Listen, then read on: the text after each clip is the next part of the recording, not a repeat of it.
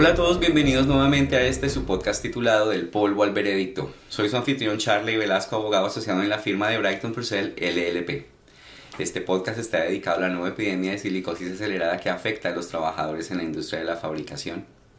En cada episodio vamos a hablar de temas claves de esta nueva crisis de salud ocupacional, pero también vamos a hablar de las demandas legales y todos aquellos aspectos jurídicos relacionados con la crisis.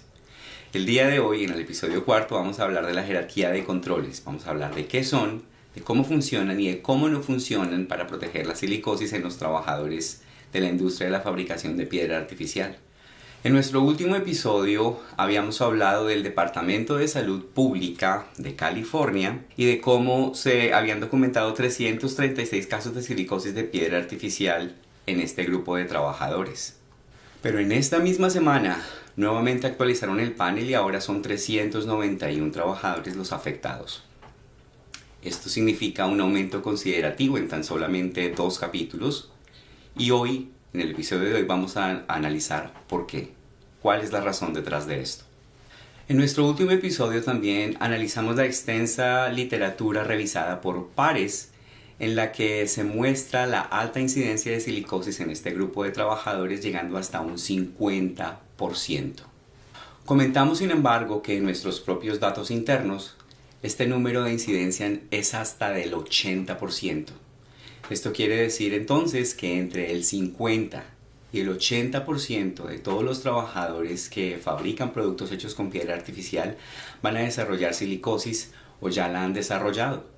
No importa si el taller es un taller rústico y polvoriento o si el taller es un taller sofisticado que todo lo trabaje con agua. Aquí lo que realmente importa es si los trabajadores están respirando la sílica cristalina que contienen los slabs de piedra artificial.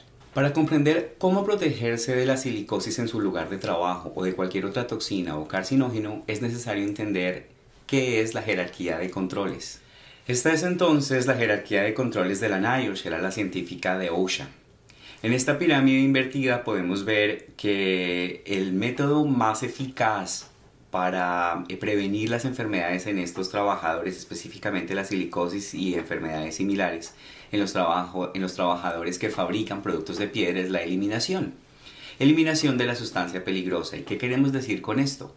Básicamente eliminar la sílica cristalina respirable de tamaño nano y las otras toxinas y cancerígenos que se encuentran en cada slab. ¿Y cómo podríamos hacer esto de la eliminación? Esto sería, por ejemplo, reemplazando la piedra artificial por piedra natural. Al reemplazar el slab de piedra artificial por piedra natural, vamos a ver que ya disminuye o se elimina por completo el riesgo para un trabajador de respirar la sílica cristalina de tamaño nano, las otras toxinas y los cancerígenos que contiene el slab, porque la piedra natural no lo tiene. Entonces, para esto, tanto los productores y proveedores de estas piedras tendrían que dejar de vender las piedras artificiales y en su lugar vender solamente piedras de origen natural. El segundo mejor método para proteger a los trabajadores en sus lugares de trabajo es muy similar al primero, se llama sustitución. Básicamente consiste en dejar de producir y distribuir los slabs artificiales con alto contenido de sílica cristalina respirable en tamaño nano, que vienen recubiertos también de otras toxinas, e incluir otra cosa en el producto. Por ejemplo, algunos distribuidores y algunos productores ya están hablando que han desarrollado los slabs con bajo contenido de sílica o los slabs artificiales sin sílica. Si estos productos llegaran a ser más seguros, comprobados científicamente, aún pues es muy nuevo y todavía no se ha comprobado, pero en caso de que llegaran a ser más seguros, estos slabs con bajo contenido de sílica y sin sílica resultarían siendo una excelente alternativa de eliminación y sustitución, ya que protegerían a los trabajadores en su lugar de trabajo cuando al momento de fabricarlos no tendrían que estar inhalando las partículas que en este momento contienen los slabs de piedra artificial, que conllevan a enfermedades similares a la silicosis y obviamente a las otras enfermedades asociadas por la respiración de la sílica cristalina. El tercer nivel en la jerarquía de controles se denominan controles de ingeniería y controles administrativos. Estos dos métodos van muy de la mano y pueden implementarse en el lugar de trabajo, ya sea en el taller, por el empleador o por la empresa que contrata. El mejor ejemplo de controles administrativos y de ingeniería sería simplemente no realizar cortes en seco. Entonces, si no se puede eliminar o sustituir la toxina, en este caso el slab con alto contenido de sílica en tamaño nanopartícula, es importante implementar los controles de ingeniería administrativos, y el más importante de ellos sería no cortar en seco, ya que cortar en seco produce la mayor cantidad de polvo en el aire, y el polvo en el aire significa la oportunidad para desarrollar enfermedades muchísimo más rápido, a muchísima más velocidad. El siguiente método es tener todas las herramientas de trabajo con agua. Cortar con agua, pulir con agua, tener las maquitas con agua, tener todos los equipos con agua. Entonces, el siguiente método entonces vendría siendo, dentro de los niveles de control de ingeniería y administrativos, el añadir la ventilación por extracción local a la actividad que se esté realizando. Entonces, cortar con agua, por ejemplo, y al corte con agua añadirle la ventilación por extracción local para suprimir el aire que se ha liberado. El problema con los fabricación que se realiza con agua, por ejemplo, es que según varios de los estudios de los pares médicos y estudios que han sido publicados por OSHA, es que aún cortando con agua y fabricando con agua, la liberación de la sílica en el aire es muy alta y supera los niveles de exposición permitidos. Entonces, un taller que opera por encima de los niveles de exposición permitidos va a hacer que OSHA le dé una citación. Pero es que nivel de exposición permitido no equivale a nivel seguro. El nivel de exposición permitido es un nivel regulatorio. Pero tanto NIOSH como OSHA saben que van a encontrar en los talleres, aún que no superen los niveles de exposición permitidos, sino que se mantengan por debajo de esos números, aún allí van a encontrar altos niveles de personas enfermas con silicosis o con diferentes tipos de enfermedades, ya que el nivel de exposición permitido no equivale a un nivel seguro. Entonces tenemos como conclusión que de los controles administrativos en ingeniería, primero, no se debe nunca realizar ningún tipo de fabricación o trabajo en seco. Segundo, se deben utilizar equipos con agua. Y tercero, se debe añadir a cualquier tipo de proceso la ventilación por extracción local. Si volvemos a la jerarquía de controles, vemos que el último nivel de protección, el que menos efectivo es el uso del equipo de protección personal. Cuando hablamos de uso de equipo de protección personal, nos estamos refiriendo a diferentes tipos de equipos de respiración, de protección respiratoria. Pero lo más importante es, en cuanto al uso del equipo de protección personal, es realmente eso, usarlo. De nada vale tener una persona trabajando al aire libre si no usa su equipo de protección personal. Hay que usarlo aún estando en exteriores. Hay que utilizar la máscara aún estando en exteriores. Ahora bien, si el trabajador está en interiores y corta con agua y tiene ventilación, pero no utiliza la máscara, también está haciendo una práctica completamente insegura. Entonces el equipo de protección personal debe usarse tanto en exteriores como en interiores.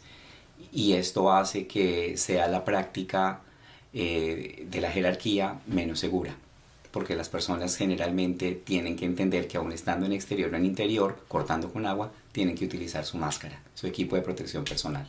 Ahora bien, en cuanto al tipo de máscara que se debe utilizar, esto también cuenta y es muy importante. Usar una mascarilla N95, por ejemplo, como la que todos conocimos en la pandemia, resulta de manera ineficaz, es una protección ineficaz, ya que en el proceso de fabricación de piedras artificiales se libera, como ya se dijo, sílica respirable cristalina de tamaño nano. Esto va a hacer que la máscara N95 no produzca ningún tipo de protección, ya que las nanopartículas se pasan a través de cualquier tipo de protección que pueda ofrecer una mascarilla N95. El siguiente nivel de protección con máscara sería utilizar una máscara con respirador de cartucho. Un respirador de cartucho, sin embargo, también sigue teniendo dificultades al momento de poderlo ejecutar para que haya una buena protección. Por ejemplo, para poderse hacer a una buena protección con estas máscaras de cartucho, la persona primero tiene que tener un examen médico, incluida una prueba de función pulmonar para determinar si está lo suficientemente sana para poder utilizar la máscara. Adicionalmente, la persona tiene que tener una prueba de ajuste de la máscara en la cara. Hay caras que son más largas, hay caras que son más cortas, hay caras que son más anchas, hay caras que son más angostas y se requiere que haya una prueba en la que se pueda determinar si la máscara ajusta perfectamente a la cara. Adicionalmente hay otro problema y es que la persona no puede tener ningún tipo de barba o bigote, ni siquiera incipiente, tiene que ser completamente lampiña de la cara. Y esto tiene una razón. La máscara tiene que ajustarse y sellarse casi herméticamente con la piel. Y al momento de haber algún tipo de barba, si sea incipiente, esto va a hacer que no haya un suficiente cierre entre la piel y la máscara y la protección que ofrece la máscara de cartucho va a ser inefectiva en cuanto a lo que tiene que ver con la respiración de la sílica de tamaño nano. Entonces, como puede verse, la máscara con cartucho también exige pues unos pasos anteriores que demandan bastante cuidado para que sea efectiva. Ahora bien, el filtro de la máscara debe ser un filtro P100 que ha sido diseñado para piedra artificial.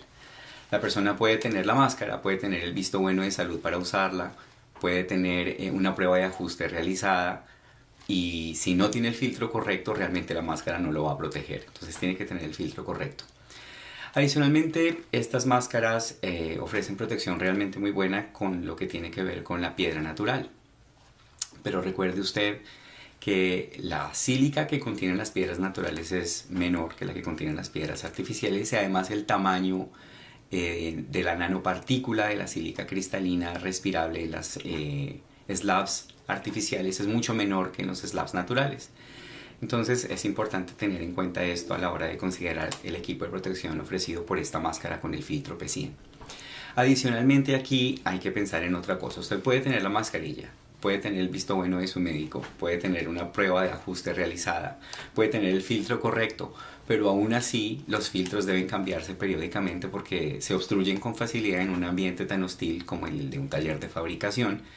Entonces, si usted tiene la máscara, los filtros, las pruebas, pero los filtros están obstruidos, pues la máscara va a dejar de prestarle la protección que tiene que prestarle. El siguiente nivel de protección en cuanto a respiración se denomina un respirador con purificador de aire motorizado. Esto es básicamente un casco que cubre toda la cabeza, está conectado a un sistema de filtrado que permite hacer el filtro del aire para que la persona lo respire.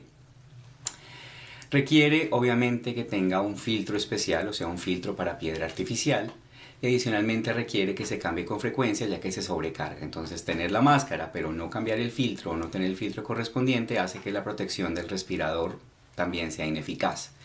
El problema con estos respiradores o con cualquier equipo de protección personal en cuanto a la respiración, como las máscaras o estos respiradores, es que cuando se trata de la piedra artificial aún no protegen al 100% contra las partículas que pueden llegar a causar la silicosis. Entonces esto viene siendo un problema estructural y que en este momento pues no tiene solución.